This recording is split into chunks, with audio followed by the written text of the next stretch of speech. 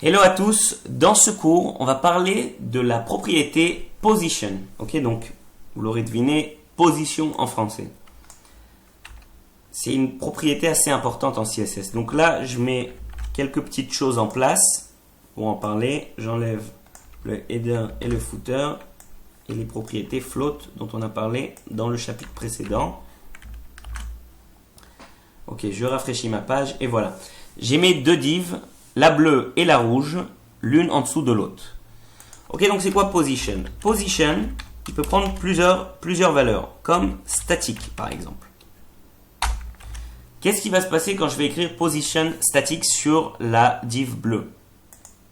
Eh bien, rien du tout. Pourquoi? Parce que position statique, c'est la valeur par défaut de position. C'est-à-dire que même si vous écrivez rien, eh ben, il y aura position statique en fait sur l'élément. Ok?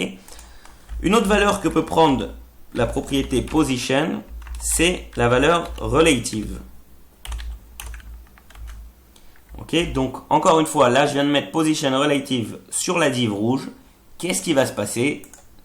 Eh bien, encore rien. Pourquoi? Parce que position relative, elle fait rien toute seule, elle donne juste un pouvoir. C'est-à-dire, c'est quoi le pouvoir? Elle donne le pouvoir d'utiliser d'autres propriétés. C'est quoi les autres propriétés? Bon, je vous l'écris sur la ligne, mais en gros, c'est top, bottom, left et right. Ok? C'est grâce au fait que j'ai écrit position relative que je vais pouvoir les utiliser. Donc, ça veut dire quoi les utiliser? Si j'écris top, par exemple, et j'écris 100 pixels, et que j'écris left, j'écris 300 pixels. Donc, attention, je vais rafraîchir la page, et là, il va se passer quelque chose pour le coup. Voilà, ma deuxième div, la div rouge, elle est espacée de son top, enfin, c'est-à-dire de l'endroit où elle était, de 100 pixels, et de la gauche, elle est espacée de 300 pixels. Donc ça, c'est grâce au fait que j'ai écrit position relative.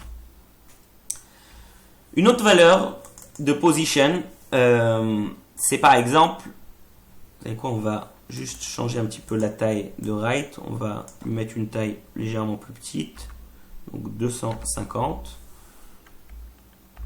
Et pour simuler qu'on ait une grande page, on va ici faire comme si la première div elle faisait 1450 pixels de haut. Voilà notre page maintenant, j'ai rien changé à part les tailles. Donc la première div elle est juste beaucoup plus longue, donc j'ai besoin de scroller pour voir la deuxième div en bas de la page. Ok? Donc là, maintenant j'aimerais vous parler d'autre chose, la position fixed. C'est quoi position fixed? Bon, le mieux c'est que je vais vous le montrer directement. On va dire qu'on veut faire, je vais vous donner un exemple, en fait je vais vous expliquer déjà avec des mots. On va dire que cette div rouge, je veux la voir en permanence sur mon écran. Okay? Je ne veux pas que j'ai besoin de scroller et la voir. Donc on va dire que je veux qu'elle soit fixée sur mon écran. Maintenant, on va dire que je veux la voir en permanence en bas à droite. Donc qu'est-ce que je vais faire? Je vais écrire bottom 0px et je vais écrire right 0px. Qu'est-ce que ça veut dire? Ça veut dire qu'elle sera espacée du bas de mon écran de 0 pixels, donc elle sera collée au bas de mon écran, et elle sera espacée de ma droite de 0 pixels, c'est-à-dire qu'elle sera collée à la droite. Ok, donc encore une fois, j'ai le droit de les utiliser, ces bottom et right, parce que j'ai écrit position fixed. Et voilà, vous voyez ma div? Là, je peux scroller, elle reste en permanence fixée en bas à droite de mon écran. Ok, vous voyez le scroll bar qui bouge.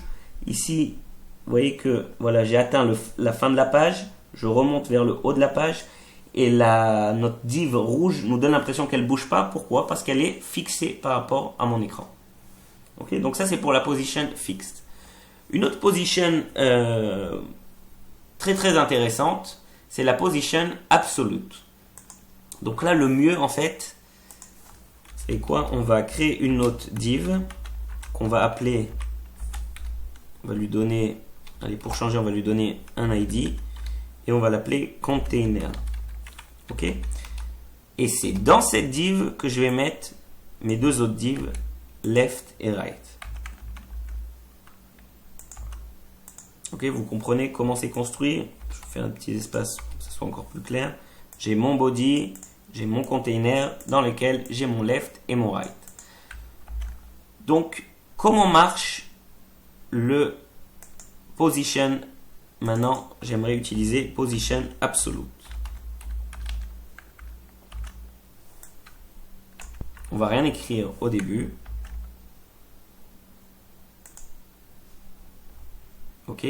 Donc là, j'ai juste écrit position absolute, mais je ne lui ai pas donné de valeur. Donc, elle s'est mise naturellement en dessous de la div bleue. Ok. Je vais juste enlever encore celui-là pour ne pas vous embrouiller. Et là, on va mettre un sélecteur sur le container. Donc, c'est un ID. Donc, c'est avec le signe dièse ou sharp.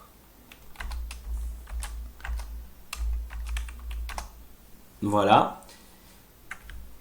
Et pour l'instant, on va rien écrire dedans. Ok. Maintenant, position absolute. Je vais l'utiliser avec un top 100 pixels.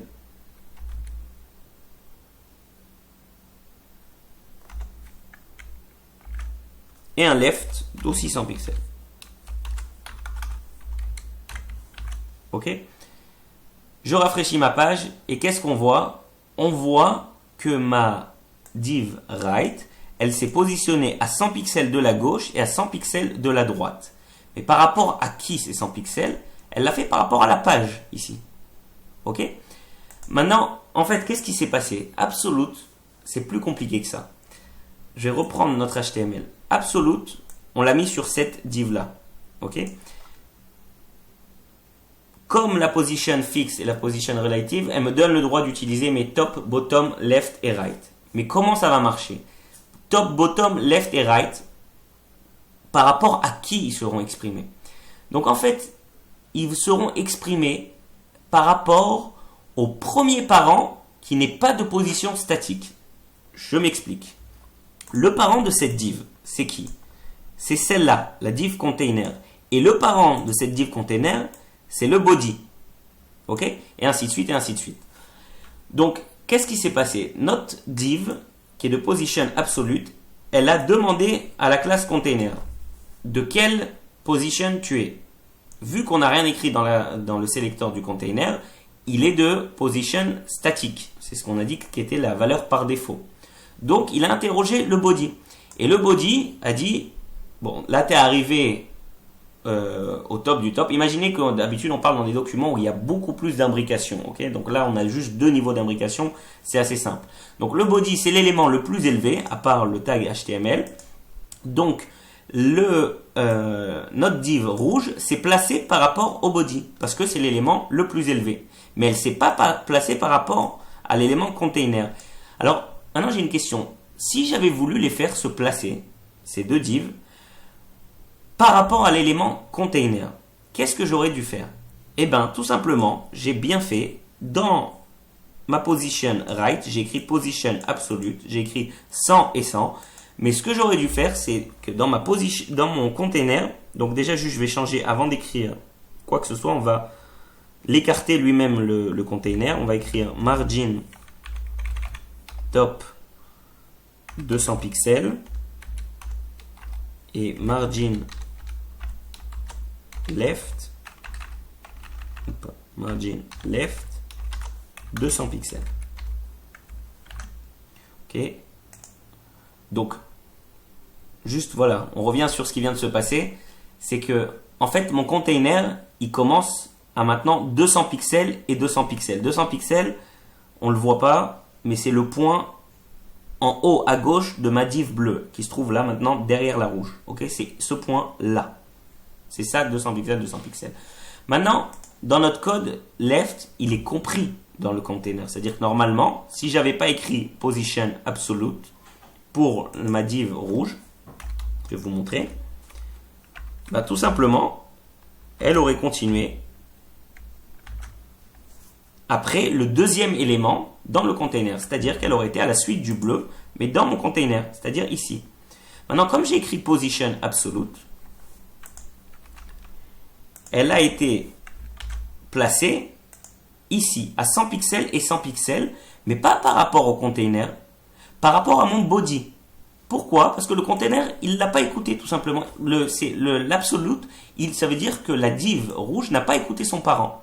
Pour qu'elle écoute son parent, je vous l'ai dit, la div avec la position absolute, elle va se placer par rapport au premier parent dont la position n'est pas statique. Si j'avais écrit par exemple dans mon container position relative, attention, ça va changer. Vous avez vu ce qui s'est passé? Ma div qui était espacée de 100 pixels et 100 pixels par rapport avant mon body, c'est-à-dire par rapport au coin à gauche, et bien maintenant, elle est toujours espacée de 100 pixels et 100 pixels, mais par rapport au premier parent avec une position qui n'est pas statique. C'est qui le premier parent avec une position pas statique? C'est mon container maintenant. Ok? Donc, ici, elle s'est placée à 100 pixels. Ces 100 pixels-là du haut de son parent et ces 100 pixels-là de la gauche de son parent. Ok? J'espère que ça a été plus ou moins clair. Voilà, on a fini pour ce qui en est des positions.